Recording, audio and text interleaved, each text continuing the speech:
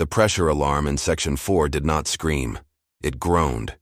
It was a low-frequency vibration that Maverick Talbot felt in his molars before he heard it through the headset.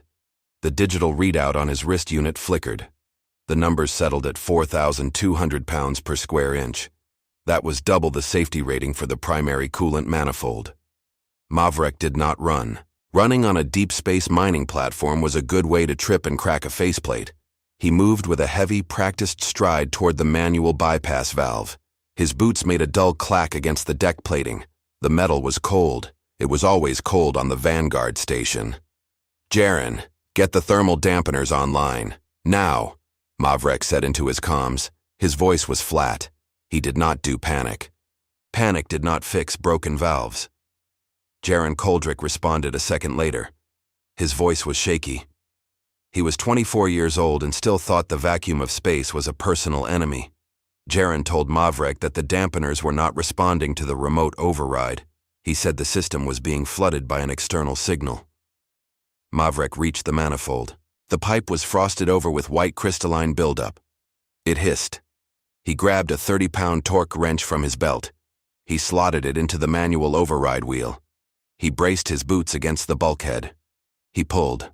The metal groaned. "It is not a solar flare, Jaren," Maverick said. He strained against the wheel. The muscles in his forearms bunched under his grease-stained jumpsuit. "A flare does not bypass encrypted dampener protocols. Look at the long-range scanners." There was a pause. Maverick heard the rapid tapping of keys over the link. Then, silence. The only sound was the heavy thrum of the station's fusion core. It was a rhythmic pulse that felt like a heartbeat. Jaren spoke again. He sounded like he had swallowed a stone. He told Maverick there was a ship. It was not one of theirs. It was massive. The scanner was reading it as a 3-kilometer hull. It was sitting right on the edge of the gravity well. Maverick gave the wrench one final violent shove. The valve turned. The hissing stopped. The pressure readout began to drop. 3,000, 2,000, 1,000. He wiped a smear of hydraulic fluid off his forehead with the back of his glove. "That is a Krelmar Imperial cruiser," Maverick said. He detached the wrench. "They use high-output graviton beams to anchor themselves. That is what spiked our pressure. They do not care about the local infrastructure." Ardis Vale contacted them from the command deck. She did not sound happy. She made it clear that the Krelmar ship was ignoring all hailing frequencies. She told Maverick that the invaders had sent a wide-burst transmission to the entire sector. They were claiming the station and the surrounding asteroid belt as Imperial property. They gave the crew 10 minutes to prepare for boarding. Maverick looked at the manifold. He looked at the patch job he had just finished. The Krelmar were advanced. Their ships were sleek. They were made of alloys that did not rust. But they were built by machines. They were maintained by programs. Maverick knew every bolt on the Vanguard. He knew which relays were held together with copper wire and spit. "Jaren, meet me at the airlock in Section 2, Maverick said. Jaren asked if they were going to surrender. Maverick adjusted the settings on his wrist unit. "No, we are going to give them a technical briefing. They are sitting in a volatile gravity pocket. If they keep their graviton beam at that frequency, they are going to vibrate this station into scrap metal. And if we go down, the fuel silos go with us." He started walking. His pace was faster now. He passed a row of heavy-duty welding units. He grabbed a portable plasma cutter and slung it over his shoulder. The station shuddered. It was a deep, bone-shaking rattle. A light fixture overhead shattered. Shards of glass fell like snow. Maverick didn't blink. He just kept moving. He reached Section 2. Jaren was there. The younger man was pale. He was holding a standard-issue flare gun. It looked like a toy in his shaking hand. "Put that away," Maverick said. "You will not need it. The Krelmar think they are gods because they have faster-than-light drives. They do not understand the physics of a dirty system." The airlock hissed. The outer door was being forced. The Krelmar did not use docking clamps. They used magnetic resonance. It was clean. It was efficient. It was also incredibly stupid when dealing with 60-year-old steel. The inner door began to warp. The metal screamed as the magnetic field pulled at the atoms. Ardis Vale spoke through the overhead speakers. She told Maverick that the Krelmar commander had finally responded. The commander had called the humans primitive laborers. He told them to stay on the floor with their hands visible. Mavrek stood in the center of the corridor. He did not get on the floor. He planted his feet. He held his plasma cutter. The inner door blew inward. It did not explode. It simply folded like paper. 3 Krelmar soldiers stepped through. They were tall. Their armor was a shimmering blue chrome. They did not have faces. Their helmets were smooth black glass. They carried rifles that looked like they belonged in a museum of modern art. The lead soldier stepped forward. A synthesized voice came from his chest plate. It was a cold, mechanical sound. He told Mavrek that the station was now under the jurisdiction of the Empire. He told him to submit. Mavrek looked at the soldier. He looked at the shimmering blue armor. He noticed the way the soldier's boots didn't quite touch the deck. They were using localized anti-gravity. "You are standing on a pressurized floor plate," Mavrek said. His voice was steady. "Underneath that plate is a series of high-tension hydraulic lines. Your anti-gravity field is interfering with the pressure regulators." The Krelmar soldier tilted his head. He told Mavrek that human technology was irrelevant. He told him that the Empire did not concern itself with the plumbing of lesser species. Mavrek looked at Jaren. "Close your eyes, kid." Mavrek didn't aim at the soldiers. He aimed the plasma cutter at the floor. He pulled the trigger. The beam of white-hot energy sliced through the deck plating in a fraction of a second. The high-tension line underneath did the rest. The hydraulic fluid was under 6,000 pounds of pressure. When the line snapped, it didn't just leak, it exploded. A jet of red fluid hit the Krelmar leader with the force of a freight train. The anti-gravity field in his suit reacted violently to the sudden mass of the fluid. The soldier was slammed into the ceiling. The blue chrome armor cracked. The black glass faceplate shattered. The other 2 soldiers raised their rifles. "I would not do that," Mavrek said. He pointed to the wall behind them. "That is the main oxygen scrub for this wing. You fire a plasma bolt in here and we all turn into a fireball, including your ship docked outside." The Krelmar hesitated. For the first time in their history of conquest, they were being threatened by a man with a wrench and a leak. Mavrek stepped forward. He looked at the soldier on the ceiling. The alien was groaning. "We warned your scouts," Mavrek said. "We told them this sector was high maintenance. We told them you cannot just sail through here with your fancy beams. You did not listen." He looked at the remaining 2 soldiers. "Now," Mavrek said, "get your boss off my ceiling.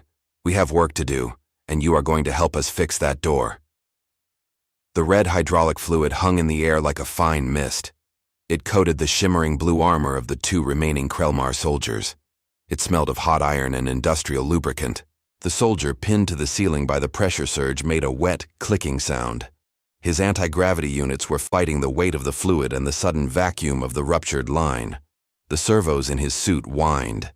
It was a high-pitched, irritating sound that set Mavrek's teeth on edge. Mavrek did not lower his plasma cutter. The tool was heavy. It was balanced for a man who spent 10 hours a day cutting through reinforced hull plating. To the Krelmar, it was a primitive torch. To Mavrek, it was a scalpel that could divide a man in half before he could blink. "Jaren," Mavrek said. He did not turn his head. "Go to the secondary manifold. Close the isolation valve for Section 4. We are losing pressure in the main reservoir. If that tank runs dry, the cooling pumps for the reactor will seize." Jaren did not move at first. He was staring at the soldier on the ceiling. His eyes were wide. His hands were white where they gripped the railing. Mavrek raised his voice just a fraction. It was the voice he used when a cable was about to snap. "Jaren, move, now!" The younger man blinked. He swallowed hard and nodded. He turned and ran down the corridor. His boots made a frantic, uneven rhythm against the metal floor. One of the Krelmar soldiers shifted his weight. His rifle hummed. A small blue light on the side of the weapon turned amber. It was a targeting lock. Mavrek felt the heat of the sensor on his chest. "Your companion has fled," the Krelmar soldier said. The voice was a flat, synthesized monotone. It lacked any inflection of fear or anger. "You are alone. You have damaged a high-ranking officer of the Empire. The penalty is total disassembly." Mavrek spat on the floor. The glob of saliva landed in a pool of red hydraulic oil. You talk a lot for someone standing next to a volatile oxygen scrubber, Mavrek said. He gestured with his chin toward the bulky machine behind the soldiers. It was a Series 9 atmospheric processor. It was old. It was temperamental. And right now, it was vibrating with a low-frequency thrum that indicated a clogged intake filter. That machine is the only reason we are breathing. It uses a high-voltage ionization field to strip carbon from the air. You fire that fancy light show of a rifle, and the ionized gas in this corridor will ignite. You will not just kill me. You will turn this entire deck into a pressurized oven. The Krelmar soldier tilted his helmet. He was likely scanning the machine. His internal computer was probably telling him that the human was exaggerating. Our sensors indicate the probability of a catastrophic gas ignition is less than 12%, the soldier stated. 12%, Mavrek repeated. He felt a dry, humorless smile pull at the corner of his mouth. In a laboratory, maybe. But you are not in a lab. You are on Vanguard Station. This deck hasn't seen a deep clean in 20 years. There is dust in those vents that is older than you are. There is leaked fuel vapor trapped in the insulation. On a good day, this place is a tinderbox. Today is not a good day. The overhead speakers crackled. Artis Vale's voice came through. She spoke with a forced calmness. She told Mavrek that the Krelmar ship had begun a forced data link with the station's central core. She said they were trying to override the life support systems to vent the atmosphere in the non-essential sectors.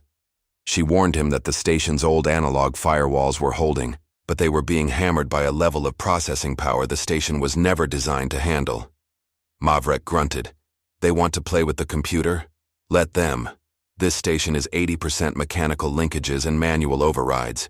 You can't hack a physical lever. He stepped closer to the soldiers. He was within 5 feet now. He could see the intricate etchings on their blue armor.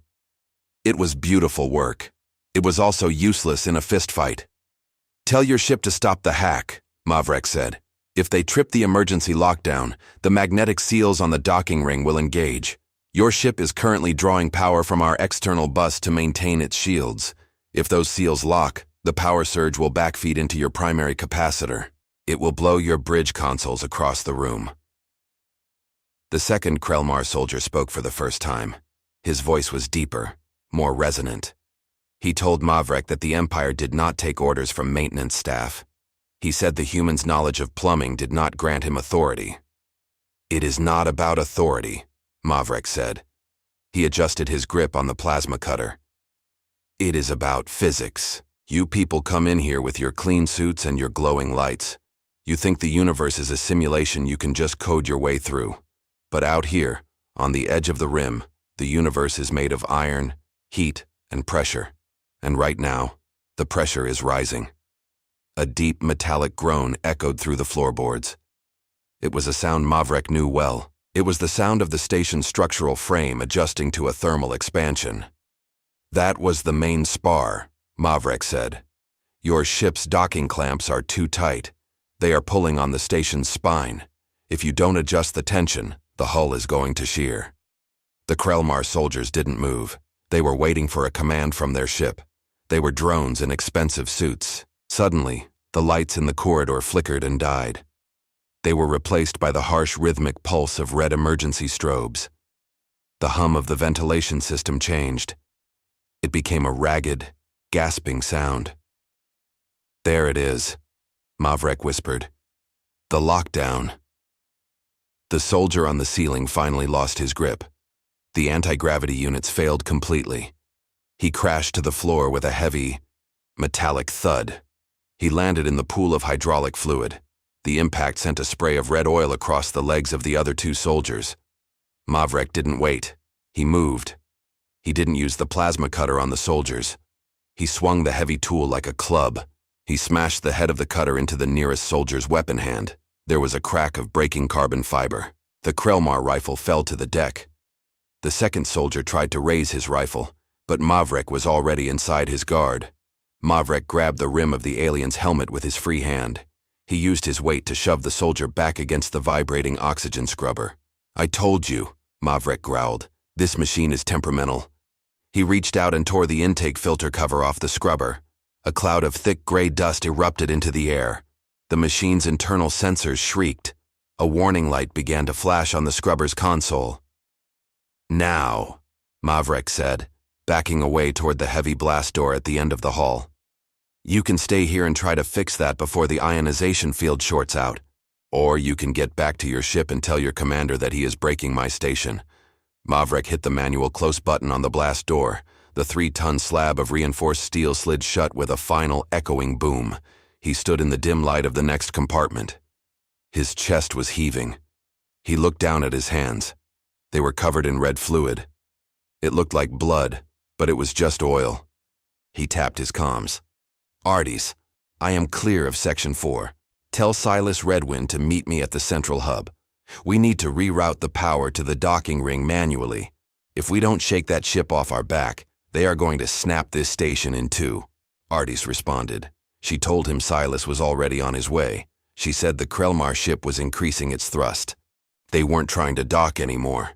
They were trying to tow the station. Mavrek wiped his hands on his coveralls. "They want to tow us? Fine. Let's see how they like towing 40,000 tons of dead weight with the parking brakes on." The service corridor was 4 feet wide and choked with the smell of scorched insulation. Mavrek moved through it with the steady, rhythmic pace of a man who knew exactly how much oxygen he had left. The red emergency strobes painted the walls in rhythmic pulses of crimson. Every 5 seconds, the entire station shivered. It was a deep, structural tremor. It felt like a giant hand was trying to peel the skin off a fruit. The Krelmar did not understand human construction. They saw a mining station as a collection of rooms. To Mavrek, the Vanguard was a series of interconnected tensions.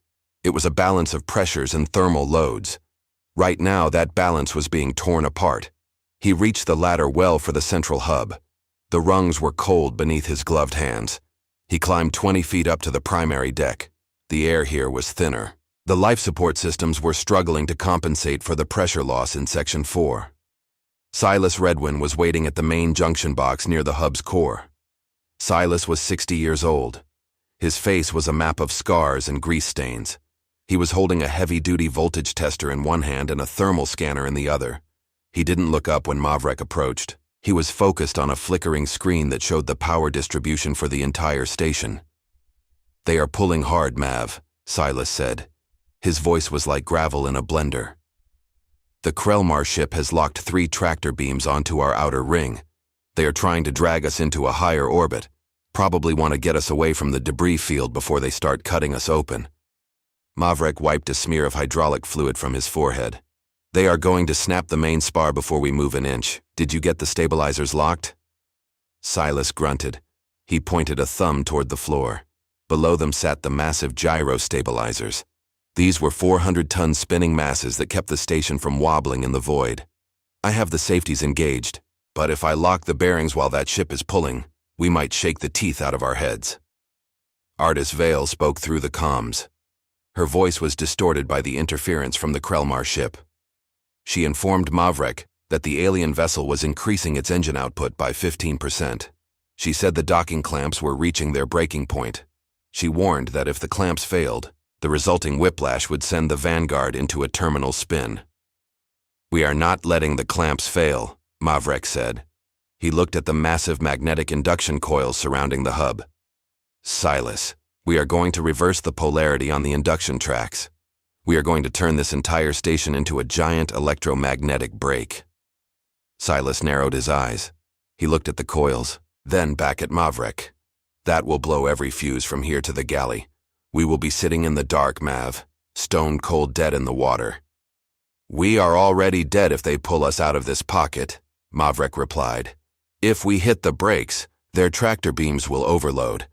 The feedback will travel right back up their own beams and fry their projectors. It is basic physics. They are tethered to us. We just have to make ourselves too heavy to move." Mavrek moved to the primary control console. He pulled a heavy brass key from his belt and slotted it into the manual override. The metal was cold. The station groaned again. This time, the sound was followed by the sharp pop of a structural bolt shearing somewhere in the distance. "Do it, Silas," Mavrek commanded. Silas didn't argue. He was a man of action. He stepped to the secondary breaker panel. He grabbed a 3-foot-long insulated lever. He braced his boots against a floor strut. "On 3, Silas said. 1, 2. On 3, Silas slammed the lever down. The reaction was immediate. A low-frequency hum erupted from the floorboards. It was a sound so deep it felt like it was vibrating Mavrek's internal organs. The lights in the hub didn't just flicker, they exploded. The glass shards rattled against Mavrek's helmet. Total darkness swallowed the room. It was only broken by the faint blue glow of the induction coils beneath the floor. The coils were heating up. The smell of ozone became thick enough to taste. Mavrek gripped the edge of the console. He could feel the station fighting. The Krelmar ship was pulling, but the Vanguard was now anchored to the very fabric of the local magnetic field. The induction tracks were creating a massive amount of drag. Through the small reinforced viewport, Mavrek saw the Krelmar ship. Its massive engines were flaring a bright, angry violet. The ship was bucking. It was like a dog on a leash that had suddenly run out of slack. Artis came back on the comms. Her voice was a whisper in the static. She told Mavrek that the Krelmar tractor beams were fluctuating. She said the energy levels in their projectors were spiking into the red. "Hold it together, Silas!" Mavrek shouted over the roar of the vibrating deck. "The bus bars are melting," Silas yelled back. He was leaning his entire weight against the breaker lever, keeping it from snapping back into the off position. Sparks showered down on his shoulders. His heavy work coat began to smoke. The station tilted 10 degrees to the port side. Mavrek heard the scream of twisting metal. It was the sound of the docking ring finally giving up. But it wasn't the station that was breaking. A blinding flash of white light erupted from the Krelmar ship. One of their tractor beam projectors had overloaded. The beam snapped like a physical cable. The sudden release of tension sent the alien ship lurching forward. Mavrek watched as a second beam failed. The feedback loop was working. The Krelmar ship's own power was being turned against it. The third beam held for 3 more seconds before it, too, vanished in a spray of blue ions. The Krelmar ship shot forward, its engines still at full throttle. Without the weight of the station to hold it back, it accelerated wildly. It spiraled away from the Vanguard, trailing a cloud of debris and broken hull plates. Silence fell over the hub. The deep hum of the induction coils faded to a low whine. The blue glow died out. Mavrek stood in the dark. The only sound was the ticking of cooling metal and the heavy breathing of Silas Redwin. "Status," Mavrek said. His voice was steady, but his heart was hammering against his ribs. Artis responded after a long pause. She said the Krelmar ship was drifting. Their propulsion was offline. They had blown their internal power grid trying to pull a mountain. She confirmed that the Vanguard was still in its original coordinates. Silas let go of the lever. He slumped against the bulkhead. He pulled off his charred glove and looked at his trembling hand. "We are out of power, Mav. No heat, no lights, no gravity in Section 2. Mavrek pulled a flashlight from his hip. He clicked it on. The beam cut through the thick smoke in the air. "We have tools, Silas. We have spare parts. And most importantly, we have the station." He looked toward the viewport. The Krelmar ship was a dark shape against the stars. It looked cold. It looked broken. "They wanted to see what a human mining station could do," Mavrek said. He began to walk toward the tool locker. "Now they know. Let's go get the backup generators online. We have a long shift ahead of us." The smoke in the hub did not drift. Without the ventilation fans to pull it into the scrubbers, it hung in thick, gray curtains. It smelled of scorched copper and the sharp, bitter tang of fried circuit boards. Mavrek Talbot adjusted the strap of his tool bag. The weight felt good. It was familiar. It was a physical anchor in a world that had suddenly gone silent. He shone his light on Silas Redwin. The older man was sitting on the floor. His back was against a dented locker. He was breathing in short, shallow bursts. The skin around his eyes was tight with pain. Mavrek knelt beside him. He did not ask if Silas was okay. It was a useless question. He looked at the man's hands instead. The palms of his heavy work gloves were melted into the fabric of his sleeves. "The breaker took most of the surge," Silas rasped. He coughed, and a puff of gray soot escaped his lips. "But the secondary bus is gone, Mav." I felt the vibration travel right up my marrow. It felt like holding a lightning bolt by the tail.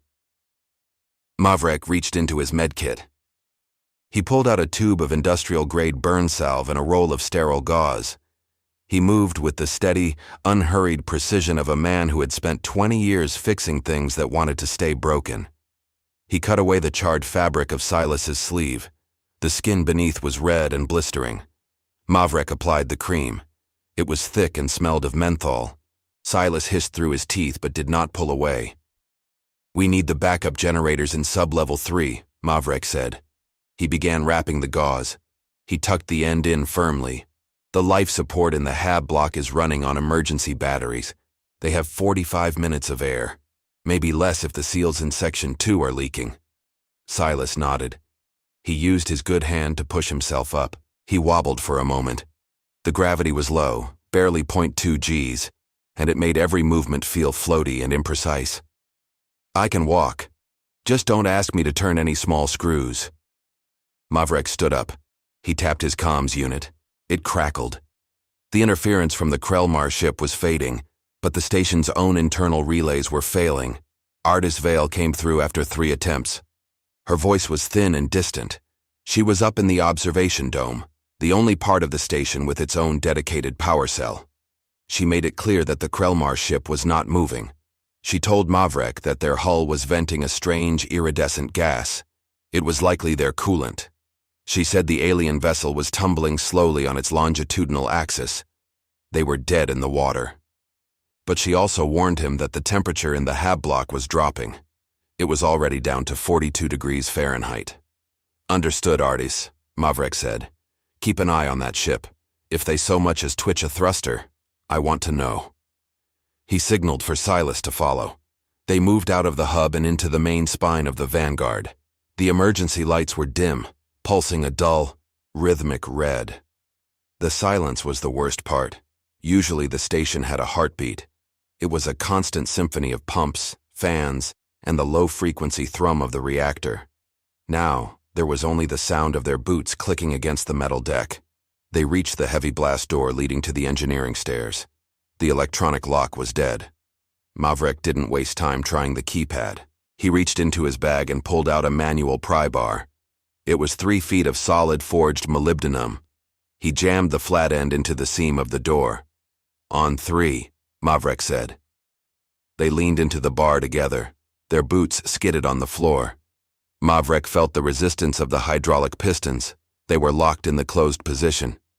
He shifted his weight. He used his shoulder as a lever. The metal groaned. It was a high-pitched screaming protest that echoed down the dark hallway. Slowly, the door slid back 6 inches, just enough for a man to squeeze through.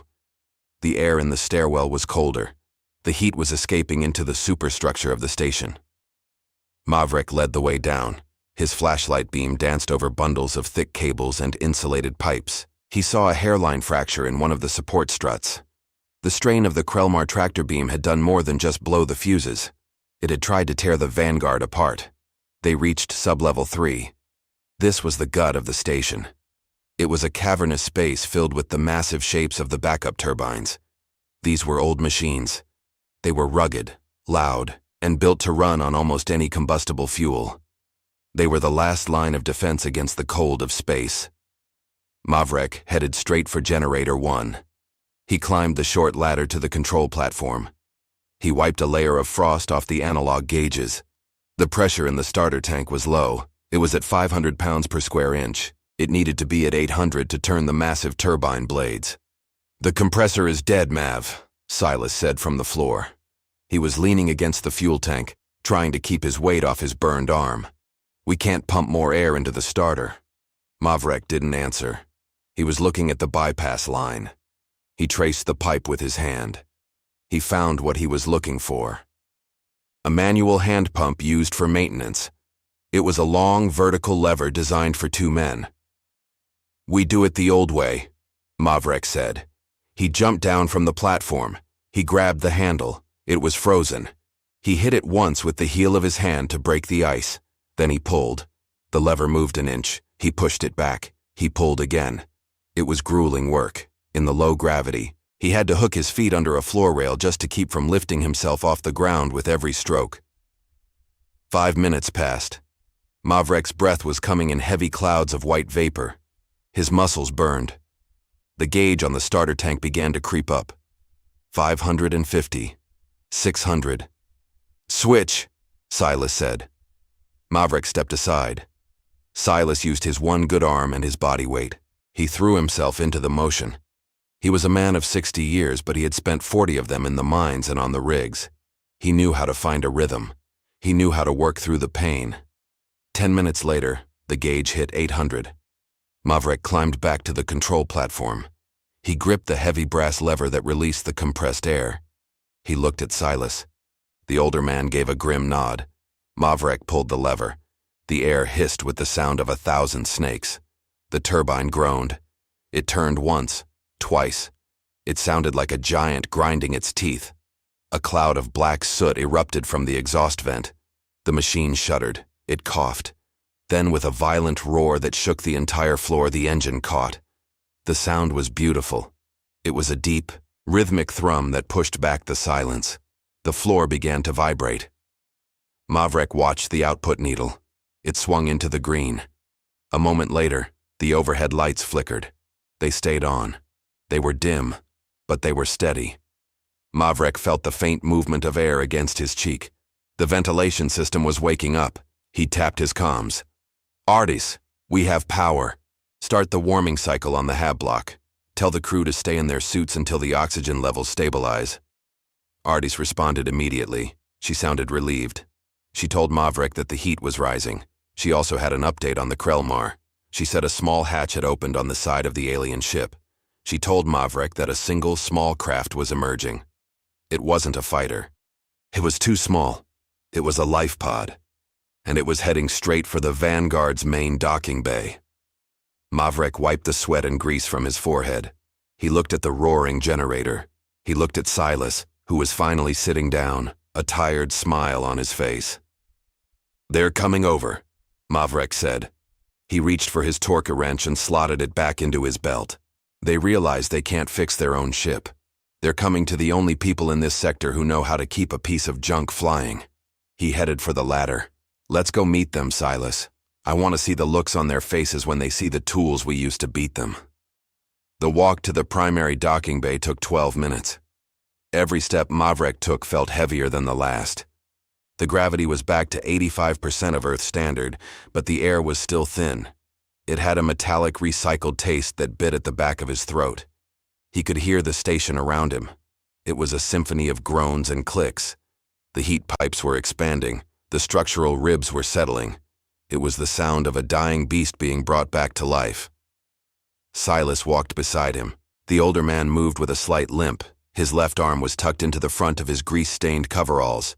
He didn't complain. Men like Silas didn't complain about broken bones when there was still work to be done. They reached the airlock of Bay 7.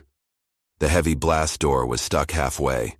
The emergency power hadn't been enough to overcome a warped track. Mavrek didn't use his comms to call for help. He reached into the tool locker near the bulkhead and pulled out a 4-foot pry bar. "Grab the other end, Silas," Mavrek said. The two men wedged the steel bar into the gap. They pulled in unison. Mavrek felt the vibration travel up his spine. It was a jagged, grinding sensation. The metal screamed as it slid along the track. They moved it 3 inches, then 6. Finally, there was enough room for a man to squeeze through. Inside the docking bay, the air was freezing. The atmospheric scrubbers hadn't reached this sector yet. Mavrek saw the Krelmar pod through the reinforced viewplate. It was a sleek, pearlescent oval. It looked like a polished river stone. It sat in the center of the bay, held in place by the magnetic floor locks. It didn't have any visible engines, no scorch marks, no rivets. It was too perfect. "Looks like a toy," Silas spat. He wiped a smudge of oil from his chin. "How does something that smooth stay together in a debris field?" "It doesn't," Mavrek replied. "That is why they are here." The side of the pod shimmered. A door didn't slide open. The material simply dissolved into a hexagonal pattern and vanished. A single figure stepped out. The alien was tall. It stood at least 7 feet. Its suit was a deep, matte blue that seemed to absorb the dim light of the docking bay. It didn't have a helmet, but a transparent membrane covered its head. The creature's skin was the color of wet slate. It had 4 eyes, arranged in 2 vertical pairs. They were lidless and dark. Mavrek stepped forward. He kept his hands visible. He wasn't holding a weapon, just his torque wrench. To a Krelmar, the wrench probably looked like a primitive club. To Mavrek, it was the only thing that mattered. The alien raised a hand. It held a small silver disc. A voice came from the disc. It was flat and lacked any inflection. The translation was perfect, but the tone was hollow. "I am Corlith," the alien said, "High Technician of the Imperial vessel, Xylos. We detected a power surge on this primitive structure. You have achieved a Level 2 restart without a central AI core. This was deemed statistically impossible." Mavrek didn't blink. He didn't care about statistics. "We used a hand pump and a big wrench. Corlith. Statistics don't turn valves. People do." Corlith stepped closer. His movements were fluid, almost like he was underwater. He looked at the pry bar leaning against the wall. He looked at the grease on Mavrek's hands. His 4 eyes flickered in a sequence that suggested confusion. "Your vessel is failing," Corlith said. "The structural integrity is at 12%. Your oxygen levels are toxic. Yet, our ship, which is built of self-repairing lattice and powered by a singularity drive, is dark. Our systems refuse to reboot. The logic gates are locked in a recursive loop." Mavrek leaned against a cargo crate. He felt the low-frequency thrum of the station's main generator through the metal. It was a steady, comforting pulse. "That's your problem right there," Mavrek said. "Logic gates. Your ship is too smart for its own good. It saw a problem it couldn't solve with a math equation, so it gave up. It decided dying was the only logical outcome." He pointed a grease-stained finger at the ceiling. "This station is dumb. It's made of steel, lead, and copper. When something breaks, we don't ask a computer to fix it. We hit it with a hammer until it works again. You can't logic a stuck valve into opening. You have to want it to open." Corlith was silent for a long time. The silver disc hummed. He told Mavrek that the Xylos had 3,000 souls on board. He said their life support would fail in less than 4 hours. He asked if the human hammer method could be applied to a Krelmar singularity drive. "A machine is a machine," Mavrek said. "I don't care if it's powered by a black hole or a pile of coal. If it has moving parts, it can be fixed. If it doesn't have moving parts, it's not a machine. It's a paperweight." Artis's voice came through Mavrek's headset. She spoke quickly.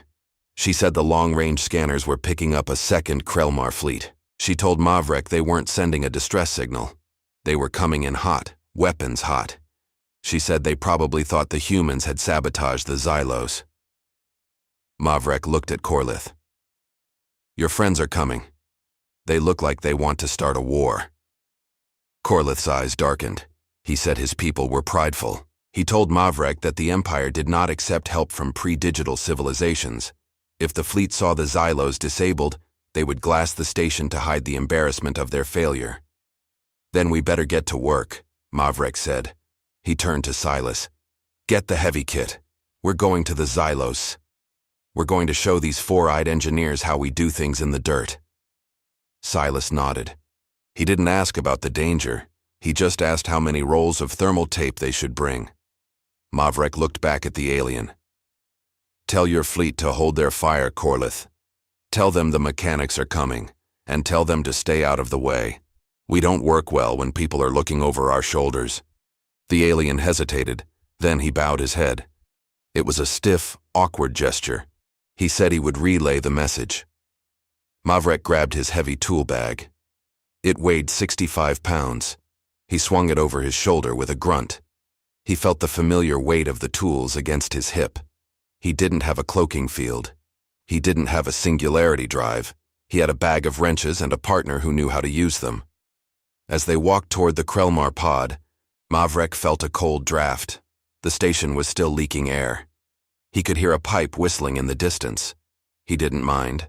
A whistling pipe was a pipe that still had pressure, and as long as there was pressure, There was a way to win. He stepped into the alien pod. The interior was blindingly white. It was clean. It was quiet. It felt like a tomb. "Silas," Maverick said as the hexagonal door began to reform. "Yeah, Mav. Don't touch anything that looks like it's made of light. I don't want to have to explain to Artis why you turned into a cloud of atoms." Silas chuckled. It was a dry, rasping sound. "Just give me a bolt to turn, Mav. That's all I need." The pod vibrated. There was no roar of engines, just a slight shift in the floor. They were moving. They were heading into the heart of an empire that thought it was invincible. Maverick Talbot sat on the floor of the multi-billion credit alien craft and began to sharpen his pocket knife on a whetstone. He had work to do. The pod docked with the Xylos with a soft metallic click. There was no jarring impact. The Krellmar tech was too smooth for its own good. Maverick Talbot stepped out into a corridor that looked like it had been carved from a single giant pearl. It was too bright.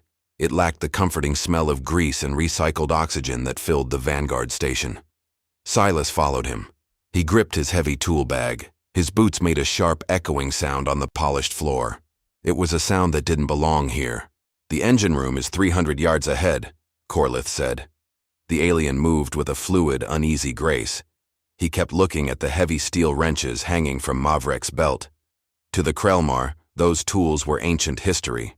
To Maverick, they were the only things he trusted. "Keep your eyes on the deck, Silas," Maverick said. "Don't get distracted by the shiny walls. We are here to find the point of failure." They reached the heart of the ship. The Singularity Drive was a sphere of swirling blue light suspended in a cage of gold-colored alloys. It didn't roar like a fusion reactor. It hummed at a frequency so low, it made Maverick's fingernails ache. Around the sphere, 6 Krellmar engineers stood paralyzed. They were staring at holographic displays that were flashing red. "They are waiting for the system to reboot," Corlith said. His voice was tight. "But the system cannot reboot while the gravitational alignment is at 0.04% variance." Maverick walked up to the edge of the containment field. He didn't look at the holograms. He looked at the base of the gold alloy cage. He saw a hairline fracture in the mounting bracket. It was a physical flaw. "Your drive isn't broken," Maverick said. He knelt down. He touched the metal bracket. It was vibrating. "Your mounting is warped. The sphere is leaning 2 millimeters to the left.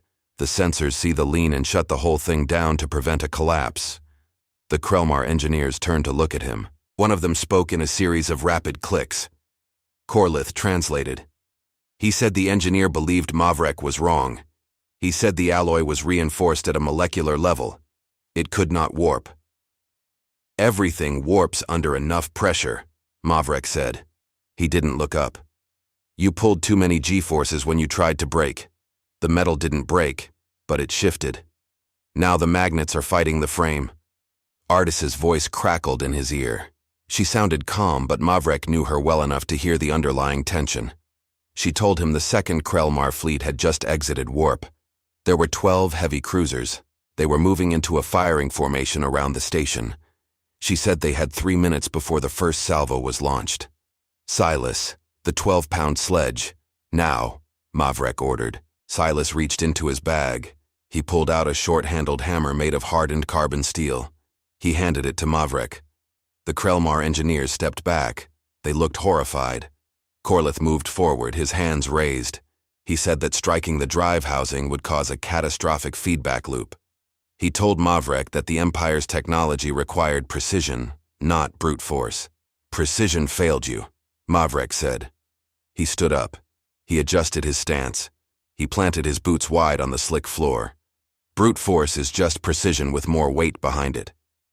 He didn't swing wildly. He measured the distance. He looked at the point where the gold alloy met the deck plating. He saw the tension in the metal. It was screaming for a release. Maverick brought the hammer down. The sound was like a gunshot. The steel head hit the gold alloy with a flat, heavy thud.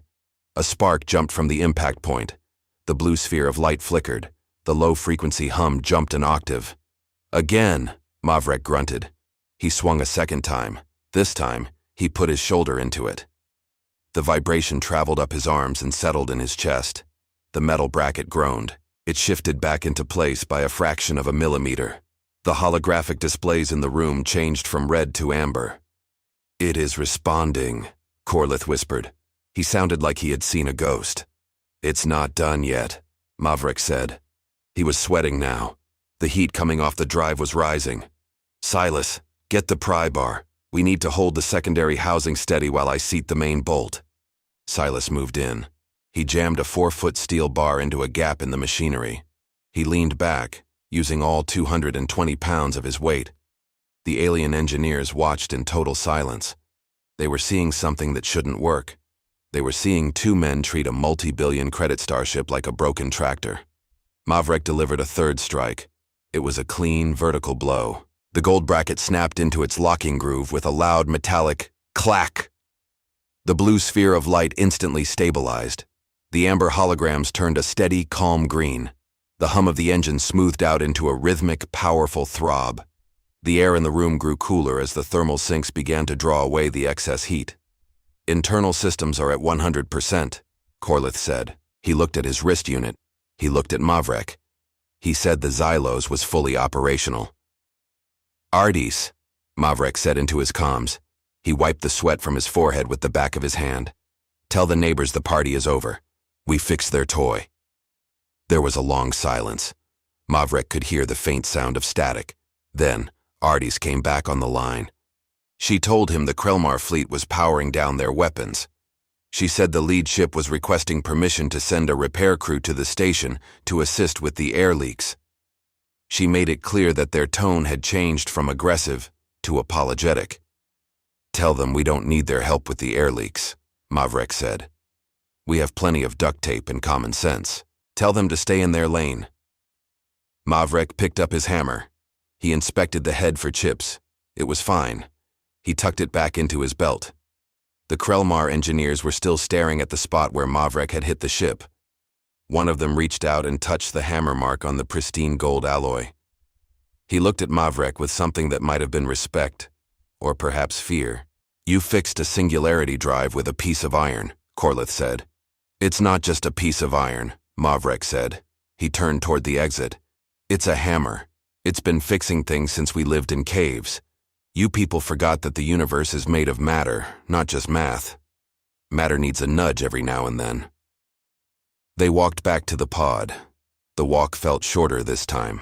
The weight of the tool bag felt lighter. When they arrived back at Vanguard Station, the air was still thin, but the whistling had stopped. Jaren was waiting for them at the airlock. He looked exhausted. He had oil on his face and a bandage on his thumb.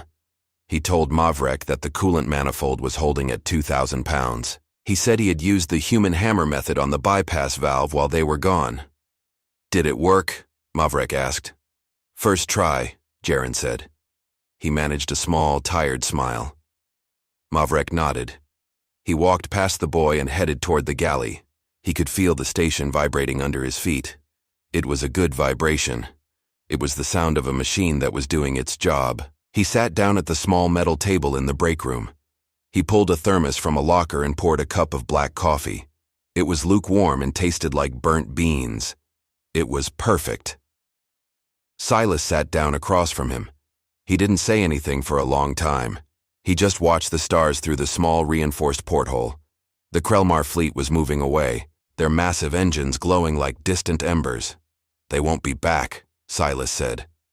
"They'll be back," Maverick replied. He took a slow sip of the coffee. "But next time, they'll bring better brackets, and maybe a few hammers of their own." Maverick Talbot closed his eyes. He listened to the station. He heard the pumps. He heard the fans. He heard the heart of the machine. It was a simple song, and as long as he had a wrench in his hand, he would make sure it never stopped playing. He had work to do tomorrow. There was always something that needed fixing.